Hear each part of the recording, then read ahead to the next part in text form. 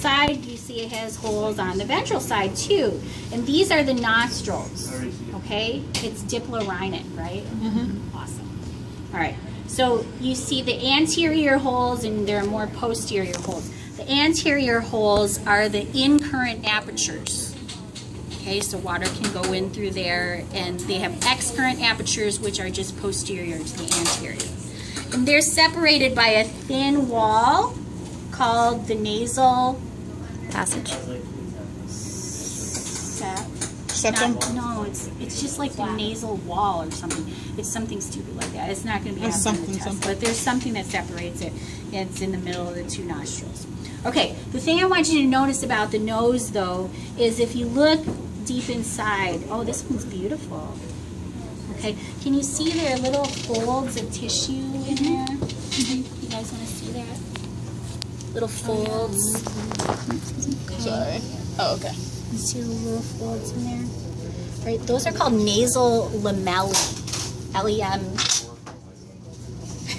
L-A-M-E-L-L-A-E. Nasal lamellae.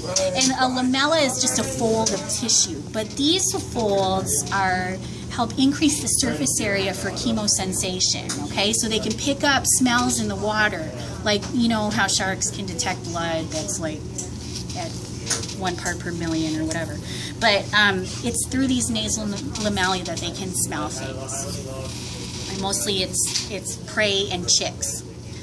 Okay, so we have the nose. If you take a look at the mouth, there are rows of teeth, and I just think that's so freaking fascinating. But they're sharp, so don't cut your hand. I've done that before.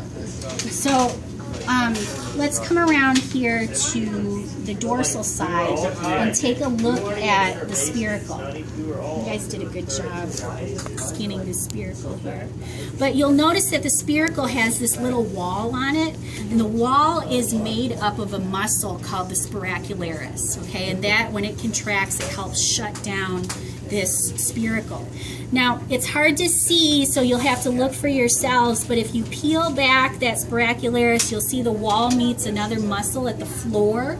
The spiracularis meets this muscle at the floor, and that's called the levator palatoquadrate. Okay, you can call it the LPQ, but you'd have to call it the levator palatoquadrate and spell it correctly in your exam. Okay, it's a teeny muscle in there. So you have your levator palatoquadrate, you have your spiracularis, and if you go just ventral to the spiracle and just caudal or posterior to the eye, there's this round cheek-like muscle here. It is a cheek muscle. And that's called the adductor mandibulae. So it's adding the mandible to the central body line. All right? Is the LPQ the only muscle in that spiracle? Okay. Mm-hmm. Okay. So we have the adductor mandibulae. Now just dorsal to the adductor mandibulae, this is really nice here. You can see two squares, all right? They're kind of divided by this septum right here. But the first square that's just above or just dorsal to the adductor mandibulae is called the levator hyoideus.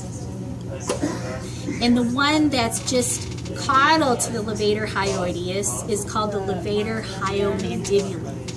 Now, in most of your guys' sharks, this muscle was probably skinned off.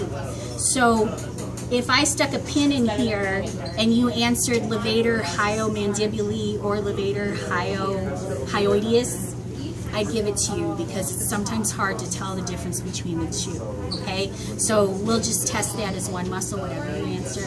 If it's one of those two, you'll get it right. Okay, so let's travel back a little bit more posteriorly, and we'll notice that there are these 5 gill slits, right? Okay, what type of animal has more gill slits? Is basal. It more basal. More basal, primitive, yes.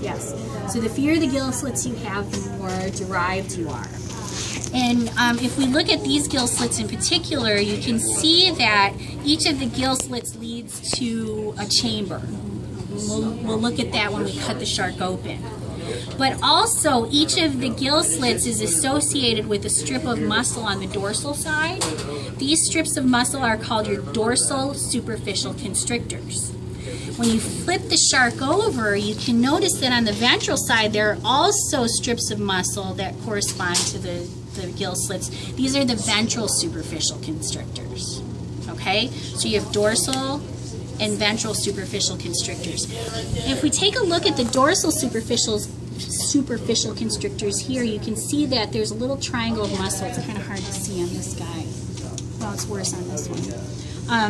But just dorsal to those dorsal superficial constrictors, there's a strip of muscle that forms a triangle, and it sits always just dorsal to the dorsal superficial constrictors. This is called the cucullaris. Cucullaris. Okay, I have no idea what that means. C-U-C-U-L-L-A-R-I-S. Cucullaris. Okay, so that's this one right here. Whoa! My God, I'm so sorry. All right, that was terrible. Okay, so there's your cucullaris. If we travel further back, what fin is this? The pectoral fin. And on the dorsal side of the pectoral fin, you have pectoral abductor, taking it away. On the ventral side, pectoral adductor. Great. Okay. So we go back here, there's another fin. What's this one? Dorsal. Dorsal fin. And the dorsal fin has a muscle? Dorsal fin muscle. All right. This is the dorsal fin. Yeah, we won't know that. It's just there for fanciness. Okay, so the real thing that I want you to notice is when you look along the body wall of the shark, you'll see that the muscles are arranged in strips. Okay, each of these strips is called a myomere. And the myomeres are separated by a wall of connective tissue called a myoseptum. Myosepta is plural, okay? So you have these myomeres here that are separated, these dorsal myomeres are separated from these ventral myomeres by this connective tissue septum that's called the horizontal septum. Okay? The myomeres on the dorsal side of the horizontal septum are called the epaxials, and the ones on the ventral side are called the hypaxials. All right? So you got that. You travel further down. I just cut myself on that stupid class book. Okay, so what fins are these? Pelvic. Okay, on the top the muscle is the abductor. On the bottom, adductor. Okay, you guys have different. See, they have a nice couple strips of muscle here on their pelvic fins. On mine, it's just a big old mess here. You'll see that if you insert your forceps into the top part of this muscle, that it's actually a tube. Okay, this tube is called the... Is that cloaca or coaca? No, it's siphon, sorry.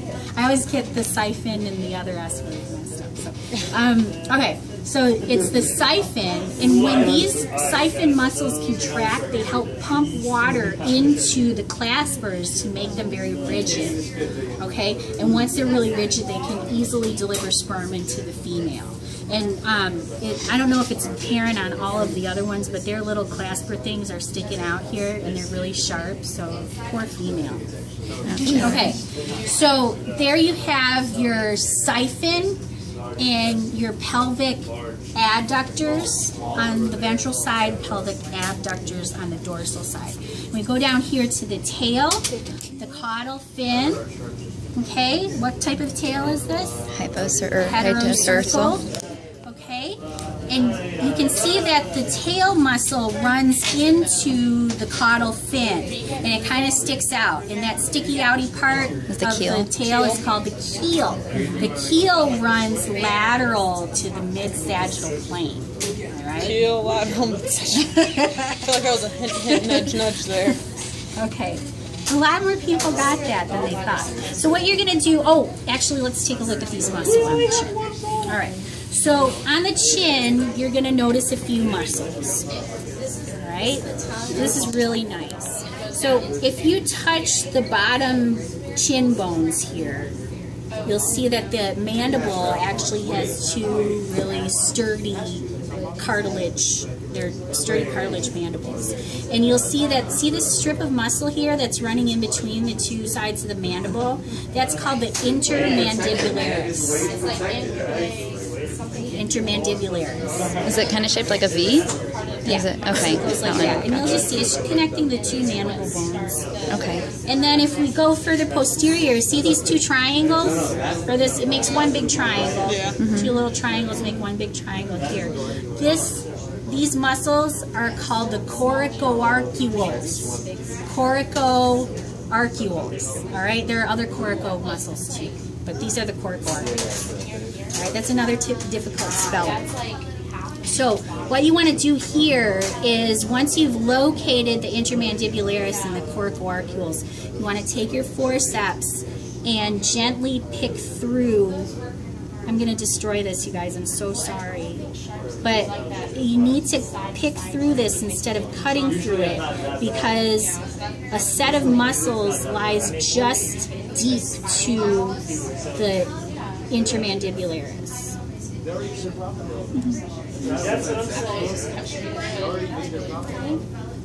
So use your forceps, go a little bit lateral to the midline.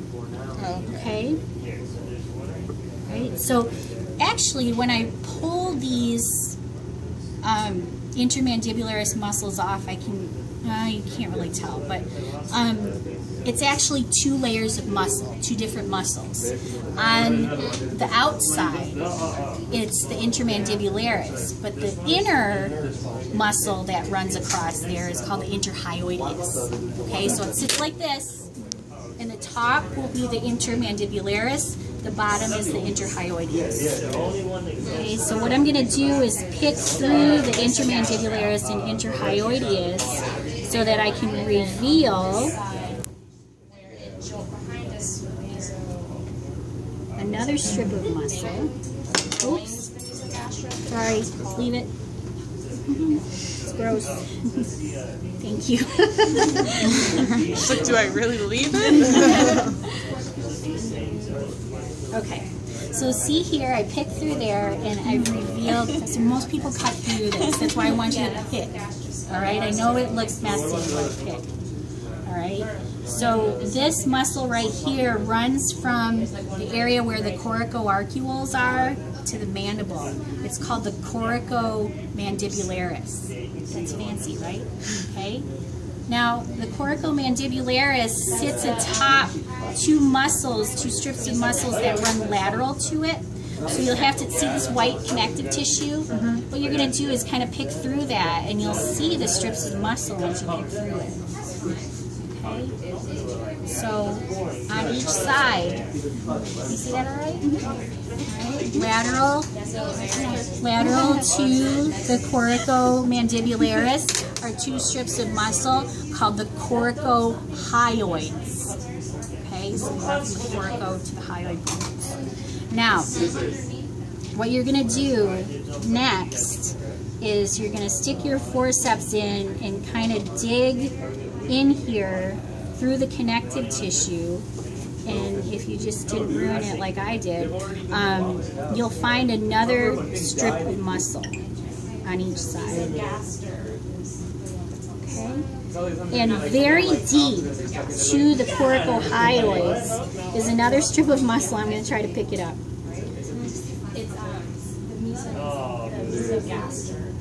It's way deep down in there.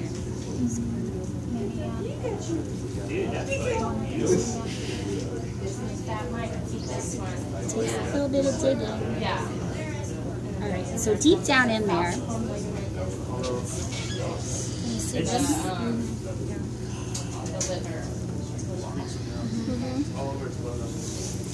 Way deep down in there.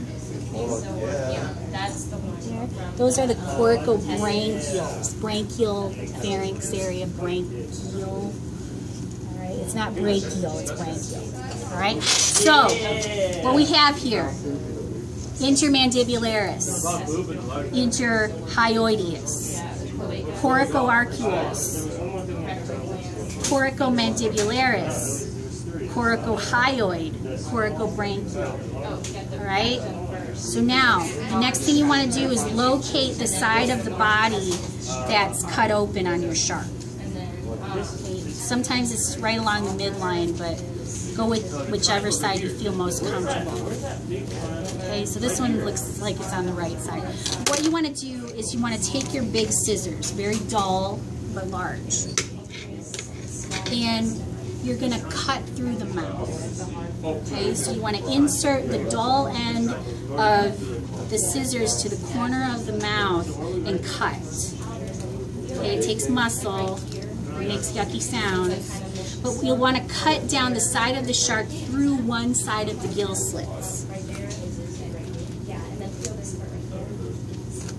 Okay, and once you get through the gill slits, then you're going to come to the medial portion of the pelvic fin. And what you want to do is cut across. Okay? You're going to open this up. Oh, gross. All right. Don't cut your finger. Try not to cut your finger. Lovely sound. Okay, it's got all this chum, I guess. All right, so you open up the mouth of the shark, and you'll notice the teeth. I'm breaking my glove. You'll notice that it has a tongue, and the mouth area here, where all this gross stuff is, okay? You can see that when it goes further posterior that you run into the gill slits. And remember, the tongue's right here. Okay. Okay? So this is the roof of the mouth. All right? But when you start to get where the gill slits are, the mouth becomes the pharynx. It's really gross. Okay? All right, so remember we were talking about the gill slits and that each gill slit leads to a gill chamber. In each of these gill chambers, you can see that there are all these filaments. They look like lamellae, right? Okay. Each of those filaments is where the capillary beds lie, where the gas exchange takes place, okay? So the water goes through the shark's mouth and in through the inside openings of the gill slits. Oxygen gets picked up by the filaments, and then the water passes out the outside gill slits. Okay? You can notice too that on each of these internal gill slits there are projections of tissue. They're like kind of cartilaginous, bony-like projections of tissue. These are called the gill rakers. And so when water's coming in, it has junk in it. The gill rakers pick out all the big stuff and the shark can just swallow it. Okay, so you can see the gill rakers better here. Here's a good one. It kind of sticks out. Yeah, it sticks out. So each of these gill chambers, if you look at the whole one on this side, you can see that each one has its own gill arch. Remember those gill arches? Yeah, brachium stuff. All right, so when we go past the gill arches, we get into the esophagus. And where the pharynx stops and the esophagus begins, you can see that the tissue that's lining the esophagus is much different than what we saw in the pharynx. The tissue has a lot of bumps all over it. These bumps are called esophageal papillae. Okay, one is an esophageal papilla. All right, so if we have an open shark, we'll notice a couple things. That if I pick up the whole digestive tract of the shark, it's relatively short. Okay? So that means if it swallows a huge thing like a fish, it has to digest. Yay! Hey, don't try and claim that. That was ours. It's ours. So, because the digestive tract is so short, and the shark swallows such huge prey items, it has to start digesting and absorbing the nutrients right away. And the esophageal papillae are organs that increase the surface area for absorption, so absorption can start taking place right away in the esophagus. Okay? So, I've opened up your shark here, and if I peel up this ventral body wall here, and I look inside, I can see that this big thing, this huge thing right here, that's the liver, okay? And what I want you to notice about the liver is that the top of it is hooked up to the ventral body wall by a mesentery, You see this mesentery right here.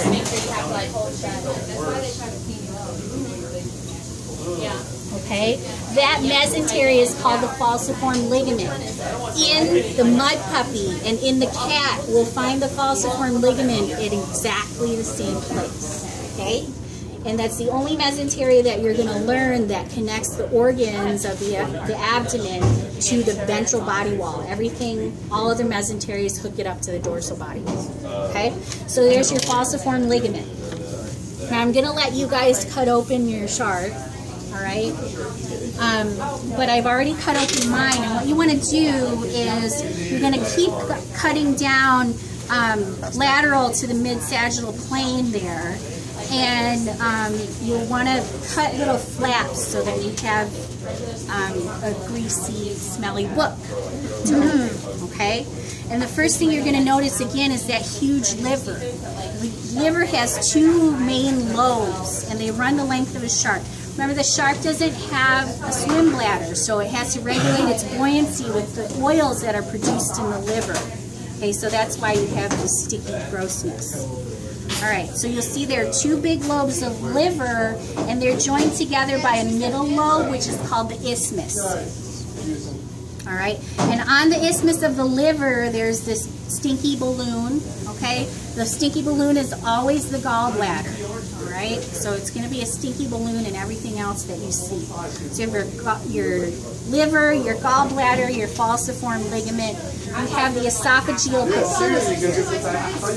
So what I want to do is, starting at the esophagus right here, what I did was I cut it open and then I started cutting open the stomach. Okay? And we can see that the lining of the esophagus changes once it hits the stomach. The stomach has all these folds in it. The folds are called rugae, and they help the stomach to expand when a shark swallows something huge. Okay, so the rugae are in the stomach here. The stomach is actually a long tube, and it runs from here all the way down here where it curves around. So every stomach we're going to look at has this curve, and it's called the greater curvature. And at the greater curvature of the stomach, there's this organ right here that hangs off. Okay, stomach starts with S. This organ is the spleen. It also starts with an S. Okay, so always the stomach is with the spleen. The spleen is connected to the greater curvature of the stomach by a mesentery. Okay, so if you bend back the stomach and the spleen like this, you'll see there's a mesentery connecting them. Okay, this is called the gastrosplenic ligament. Gastro referring to stomach, splenic referring to spleen. If we follow the stomach's curvature up, the stomach ends at a muscle called the pyloric sphincter. Pyloric sphincter separates the stomach from the small intestine. It starts with the letter P. At the pyloric sphincter, you'll find this finger-like flat organ covering the small intestine area. This is the pancreas. The pancreas starts with P and is always found where the pyloric sphincter is. Okay? Now, the small intestine in this guy is really short. So you see this area of intestine right here has all these stripes on it. These stripes are valves. They're another increase in surface area for absorption. These valves are where the large intestine starts. Okay? And if we follow from the pyloric sphincter to where those stripes start, that little short part right there is the small intestine. Okay, that's it.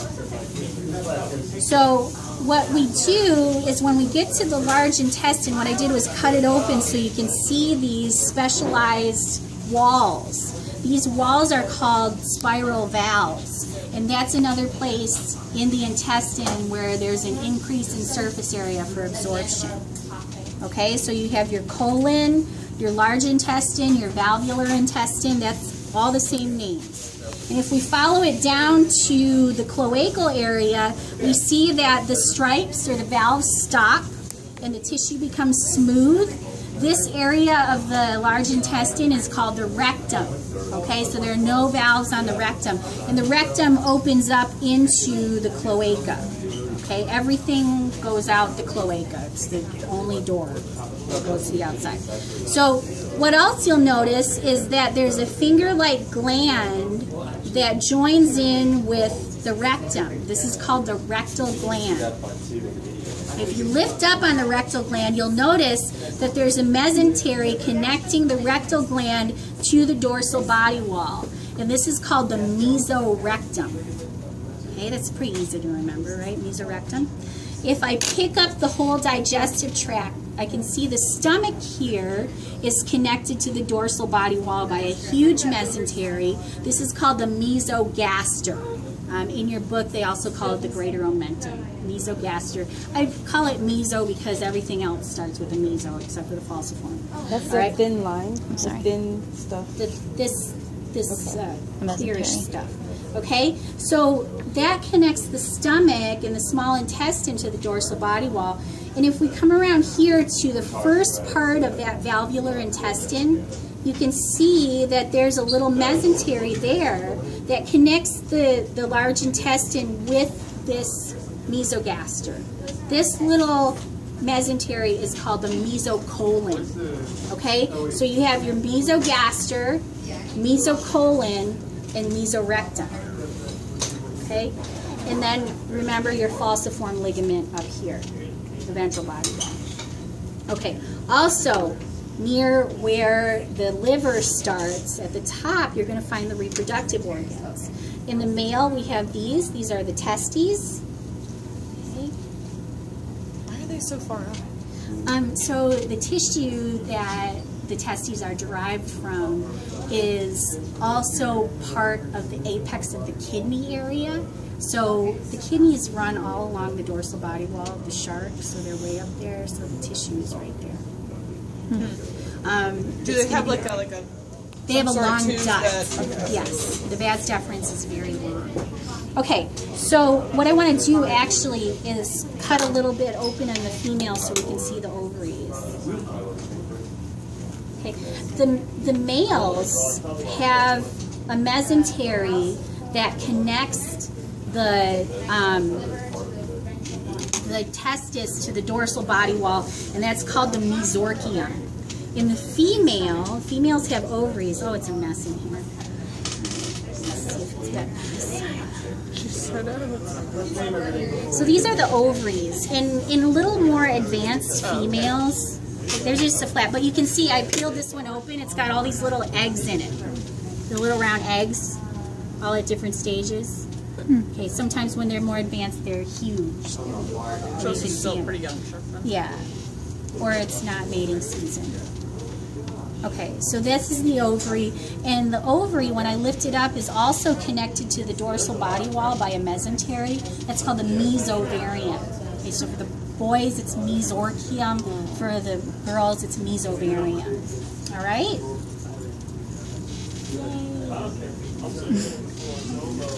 Go forth.